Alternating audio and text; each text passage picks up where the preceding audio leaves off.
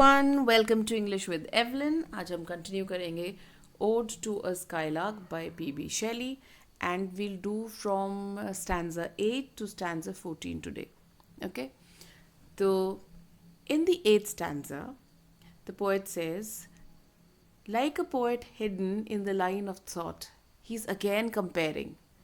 The comparisons continue. He's looking for one metaphor after the other to compare the skylark to. Poet को समझ में नहीं आ रहा है कि मैं स्काईलार्क को इस चीज़ से कंपेयर करूँ या इससे कंपेयर करूँ, किससे कंपेयर करूँ. तो एक ये नया कंपैरिजन लाए यहाँ पे. ये बोलते हैं कि जैसे एक पोएट होता है वो हिडन होता है अपनी लाइट, अपनी थॉट्स की लाइट में, अपने ख्यालों की रोशनी के पीछे पोएट छुपा होता है. उसी तरह से तुम भी छुपी हुई हो, और लेकिन तुम क्या दे रहे हो लोगों को. जैसे पोएट है, पोएट नज़र नहीं आएगा. आप जब उसकी पोएट्री पढ़ोगे तो आपको पोएट नज़र नहीं आता है, लेकिन आपको क्या समझ में आता है, आपको उसके थॉट्स पता चलते हैं. The poet is hidden behind. You don't even know, you don't even remember how P B. Shelley looks. लेकिन आपको ये, आप अभी क्या देख रहे हैं, आप उसके थॉट्स की रोशनी देख रहे हैं. उसी तरह से जब स्काईलार्क अपना गीत गा रही है, when the skylark is singing, the world who is listening, ये वर्ल्ड भी, the world is wrought to sympathy. This world is changing, it is being moulded to sympathy, to sympathise, है ना. The world is sympathising with what hopes and fears it heeded not. जिन hopes को और fears को पहले वो ध्यान नहीं दे रहा था, दुनिया ध्यान नहीं दे रही थी, उस पर अब ध्यान देने लगी. That means this song of the skylark is morally uplifting. ये लोगों का, हम जैसे लोगों का, ह्यूमन काइंड का उत्थान कर रही है, हमको ये एलिवेट कर रही है. क्योंकि इस गीत को सुनने के पहले लोग सिंपथाइज ही नहीं कर रहे थे with the fears and hopes of other people. But see now we sympathise मतलब दूसरों की ना. We sympathise with the hopes and fears of others now. That means after listening to this song, the ones who listen, they become better human beings. Okay, moral upliftment हो रहा है लोगों का. Again, one more metaphor. He is comparing. He says, like a high-born maiden in a palace tower. High-born maiden is a princess, है ना? In a palace tower, soothing her love-laden soul in secret hour, with music sweet as love, which overflows her bower. अब जैसे एक love सिक, प्रेम में जो एक राजकुमारी है ना, वो बंद है पैलेस के टावर में, ठीक है. अब वो अपनी लव लेडन, प्यार से भरे हुए सोल को, अपनी प्यार से भरी हुई आत्मा को, हर लव लेडन सोल को कैसे सूद कर रही है? तुम्हारी म्यूजिक से, है ना. किसकी? तुम्हारी स्काईलार्क की म्यूजिक से. Because the music is sweet as love. अब यहाँ पे म्यूजिक को लव से भी कंपेयर करा है. इतनी स्वीट म्यूजिक है जैसे प्यार ही हो. विच ओवरफ्लोज हर बावर. हर बावर मतलब जो उसका कमरा है, उसको किसने भर दिया है? स्काईलार्क के सॉन्ग ने. ओके, नेक्स्ट स्टैंजा में बोलते हैं, like a glow worm golden in a dell of dew. अब ये बहुत ही ब्यूटीफुल इमेजरी लेकर के आए हैं यहाँ पे. ये ग्लो वर्म है. ग्लो वर्म जैसे फायरफ्लाई होता है ना, रात में चमकता है, वो गोल्डन है. क्यों गोल्डन दिख रहा है वो glow worm? In the dell of dew. Dell मतलब वैली. जिस वैली में ड्यू ड्रॉप्स गिरी हों, उसमें ग्लो वर्म की जो लाइट है, जो उसकी हल्की सी मद्दी सी लाइट है, वो लाइट कैसे स्कैटर्ड है ना. Scattering unbeholding its aerial hue among the flowers and grass which screen it from view. तो जैसे ग्लोवर्म है, वो कैसे छुपा हुआ है, कैसे छुपा हुआ है वो अपना एरियल ह्यू. एरियल मतलब जो उसका आसमानी शेड है ना। आसमानी शेड कलर से नहीं मतलब है, आसमानी शेड किस चीज़ से मतलब हेवनली, है ना। उसका जो रंग है कैसे छुपा है फूलों और घास ने, जैसे उसको छुपा रखा है, लेकिन उसकी जो लाइट है वो कैसे फिर भी फैल रही है ना। आप ग्लोवर्म को तो नहीं देख पा रहे हो, वो तो छुपा हुआ है, लेकिन जो उसकी रोशनी वो कैसे कैसे बिखरी हुई है ना। उसी तरह से स्काईलार्क का सॉन्ग भी उसी तरह से ग्लो कर रहा है। You can see the skylark but you can see the song, you can hear the song, ठीक है।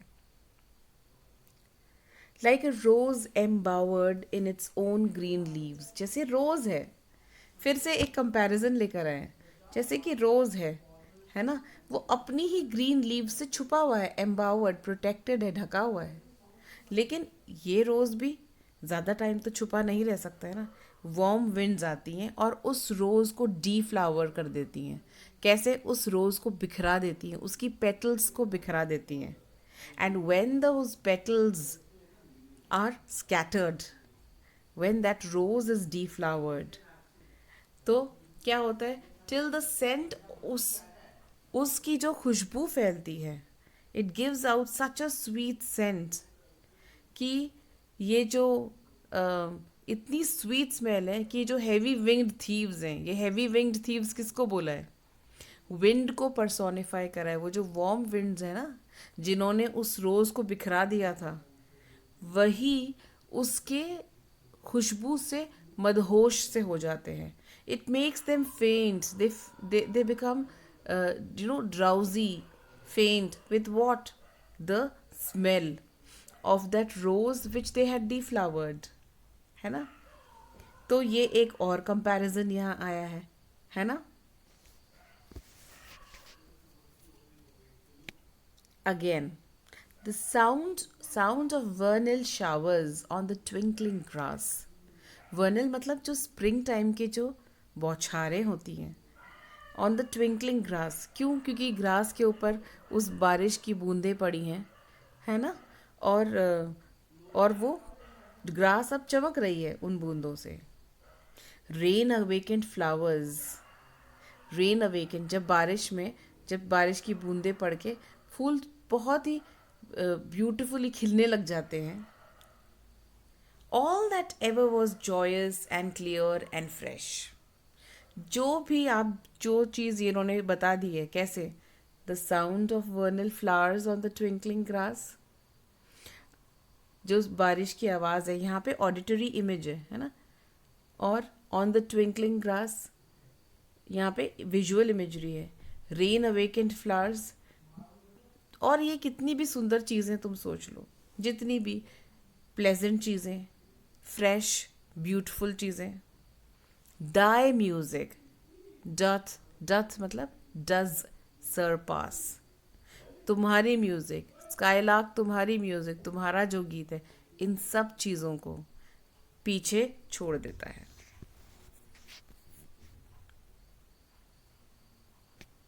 अब ये 12th स्टैंजा तक तो ऐसा ही हुआ, ठीक है, कि वो कंपैरिजन कर रहे हैं कि स्काईलार्क का सॉन्ग इसकी तरह है, उसकी तरह है, बहुत सारी चीज़ें है ना, like a maiden, like the wind, like the rose, the scent of a rose, and like the spring showers. He keeps on comparing. Till 12, still stanza 12, he does that. And then he says, teach us. He is addressing. अब ये कौन सा figure of speech है, ये apostrophe है, APOSTROPHE, apostrophe मतलब when someone addresses a non-existent thing or something which is not there right at the time of speaking. So he is addressing the Sprite, Sprite मतलब जो spirit है, जो मैंने first stanza में भी आपको स्पिरिट वर्ड बताया था, जब स्पिरिट बोलते हैं वो बर्ड को, है ना, you are a spirit, you live somewhere near the heavens, तो ये स्प्राइट वर्ड भी बोलते हैं बर्ड के लिए, है ना। व्हाट स्वीट थॉट्स आर दाइन, तुम्हारे थॉट्स में ऐसी क्या स्वीटनेस है कि जब तुम्हारे थॉट्स से एक गाना निकलता है ये इतना स्वीट होता है। And he says, I have never heard praise of love or wine that panteth forth, that breathes. Pant मतलब heavy breath को हम panting बोलते हैं ना, जब दौड़ते हैं और सांस लेते हैं जोर से उसके बाद में, तो उसको क्या कहते हैं, पैंटिंग. तो ये बोलते हैं ये एक breathe fourth praise of love और वाइन. ये वाइन या प्यार की जो तारीफ में इंसान बिल्कुल ब्रेथलेस हो जाता है, वो भी इतना रैप्चरस या इतना डिवाइन रैप्चर नहीं देता है जितना कि तुम्हारा गाना दे रहा है. तो ऐसे कौन से थॉट्स हैं तुम्हारे कि तुम्हारा गाना इतना स्वीट, इतना फ्लड ऑफ रैप्चर, इतना डिवाइन, इतना होली प्लेजर निकल के आता है तुम्हारे गाने से. ठीक है. So he is asking the bird. And now this is the 14th stanza. He says, chorus, hymeneal और triumphal chant. दो तरह के गानों को ये रेफर कर रहे हैं. हाइमेनियल कौन सा है? Hymen is the Greek God of marriages. तो ये बोलते हैं जब शादी के वक्त जो गाने बज रहे होते हैं, जो गाने गा रहे होते हैं, वो जो क्वायर सॉन्ग गा रही होती है शादी के वक्त, या ट्रायम्फल चैंट. ट्रायम्फल मतलब जब वॉर में विक्टोरियस होते हैं और जब चैंट करते हैं विक्ट्री चैंट्स. मैच्ड विद दाइन, अगर इन गानों को शादी के वक्त गाने वाले गानों में, which is full of celebration and Joy, okay, and happiness, वो गीत ले लें, या युद्ध के बाद जो जीतती कर जो सोल्जर्स गाते हैं उस गीत को ले लें. ये एक अलग अलग तरह के, अपनी तरह के ब्यूटीफुल सॉन्ग्स हैं, है ना. एक में जोश है और एक में प्यार है. लेकिन ये कहते हैं कि ये वाले सॉन्ग्स भी तुम्हारे सॉन्ग के कंपैरिजन में एक खाली एम्प्टी वांट है. जैसे जिसको कहते हैं ना बोस्टिंग, कि सिर्फ एक बड़ी बड़ी आपने बातें कर दी हैं, खाली है लेकिन अंदर कुछ है नहीं. तो ये भी तुम्हारे गाने के आगे, ये सारे गाने ये खाली हैं. इट्स जस्ट अ बोस्टिंग कि अरे इतना, जैसे बड़बोले लोग बोलते हैं, या बड़बोलापना होता है कि अरे बहुत अच्छा है, एग्जैजरेटेड प्रेज है, लेकिन देखो अगर आप जा करके तो कुछ भी नहीं मिलेगा आपको. तो ये बोलते हैं it's an empty boast. These songs, okay, they are an empty boast in comparison to what your song tells, the meaning of your song, the beauty of your song, the sweetness of your song in comparison to that. A thing wherein we feel there is some hidden want. मतलब क्या है, ये जो coarse हाइमेनियल है, ये जो church में या रिलीजियस सर्विस में, क्योंकि शादी भी एक रिलीजियस सर्विस होती है ना, उसमें गाया जाने वाला कोरस है, सॉन्ग है. तो ये बोल रहे हैं ये ऐसा ही है जैसे कि हम बोलते हैं कि इसमें कुछ कमी है. मतलब तुम्हारे सॉन्ग के आगे इन सॉन्ग्स में भी कुछ कमी लगती है, इतने खाली और एम्प्टी हैं ये songs. So with this we have come to the end of paragraph of the 14th stanza, and tomorrow we will do, in the next video we will do the remaining part of this poem. And I hope you have understood the poem very well, and in case there is any doubt you will let me know through the comments. And once again, please like, share, subscribe, leave comments, and please share with your friends and family. Thank you so much.